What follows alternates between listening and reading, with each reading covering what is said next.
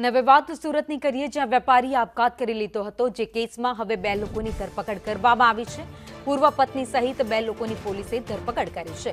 આરોપી શીતલ રાઠવાની પણ ધરપકડ કરવામાં આવી છે।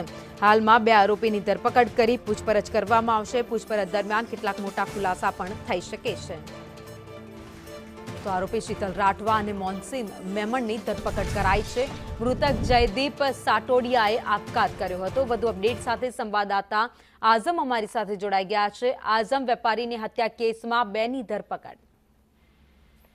વિસ્તારમાં રહેતા યુવાન વેપારીએ પૂર્વ પત્નીના ત્રાસના કારણે ઝેર પી લઈને મોતને વહાલ કર્યું હતું। આ ચકચારી ઘટનામાં સુસાઇડ નોટ સહિત 3 અલગ અલગ વિડીયો મૃતકના મળી આવ્યા હતા। યુવકના પિતાએ પુત્રવધુ અને એક વિધર્મી સહિત 12 જેટલા લોકો સામે આ દુષ્કર્મની ફરિયાદ નોંધવામાં આવી હતી। આ ચકચારી બનાવમાં ઉત્તરાયણ પોલીસે શીતલ અને નવસારીના મોસીન ઉર્ફે ટાઈગરની ધરપકડ કરી છે।